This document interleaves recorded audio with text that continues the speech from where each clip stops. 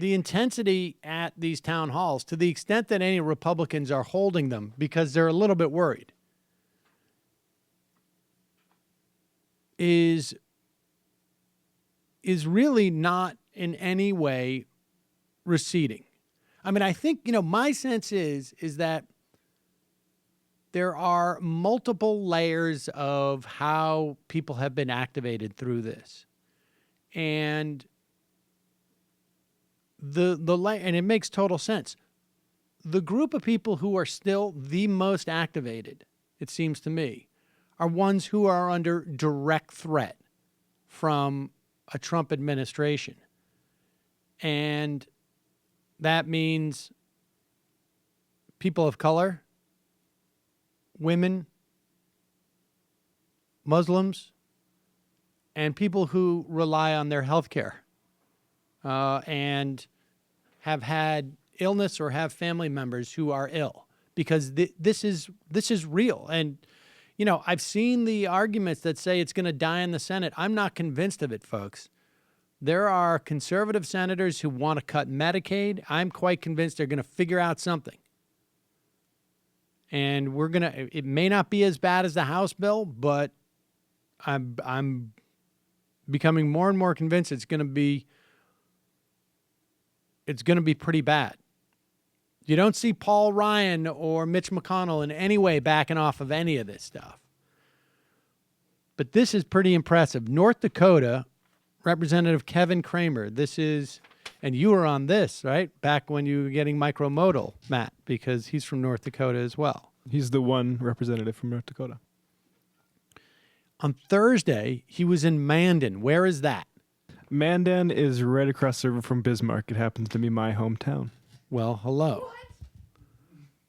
So this happened in Mandan, North Dakota, and Cramer gets into it with a guy named Mike Quinn, right? Do you know this guy? I do not, Okay. but I will buy him a beer if he's ever in Mandan next time I'm there. And he finishes it by making his point of like, let me give you a couple of bucks, put it in your G-string, essentially. This is pretty spectacular. In North Dakota, Congressman Kevin Cramer heard from a woman with a disabled child. She asked him not to repeal Obamacare, with her family facing bankruptcy. This is what $3.5 million looks like, and she's 2 years old. A man upset for the woman started walking towards the congressman. Another town hall participant then grabbed his neck. Raise my taxes and give it to that woman, and take the billionaire's money and give it to that woman. Here, don't be pandering to the billionaires. Here you go. Take it. That's too far. Both he and the man who grabbed his neck were taken out by police. So a couple of points here. Here's a woman who has a 2-year-old child, $3.5 million worth of medical care, and no details on the child. We're going to see these bankruptcies are going to come back, and they had gone away. Good for that guy. I mean, if this stuff is happening in North Dakota, with all due respect, Matt, I'm quite convinced it's a good sign across the country. Good for that guy. And I like how Cramer was like, "Oh, that's too far. When you put it in my pocket, that's fine. But when you try and put it in the collar of my shirt, you've really gone across the line." I think that means Cramer didn't rip the seams on that suit jacket. That's what are you saying? That he did? I don't know. He's just not a very lived-in suit. I see. Cramer doesn't do a lot of town halls. That's like the first one. It's all these teletown halls is what he's been doing. When he said the women were diseased, so this is one of the very first ones he's actually done with people, and it did not go well for him. I'm going to guess that it's going to be the last non-teleconference town hall he's going to do for a long time. Keep it up, folks. It really does make a difference, and hopefully, this.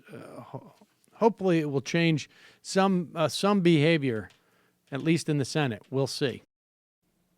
Hi, folks. It's Sam Seder. You know me from just a minute ago. Listen, we've had a problem on YouTube. Let me make a graphic visualization. Back in March, our revenue and the ads that were monetized was a lot, like here. And now, over the course of actually within a day into April, it's down to about here. Now, this is just a artist rendering, but that's basically it. We were here, and now we're here.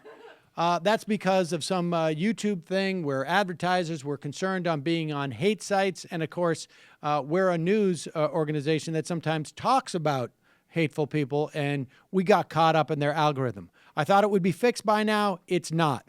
We need your help to keep giving you free content on YouTube. We don't have the advertiser support that we had even back, here.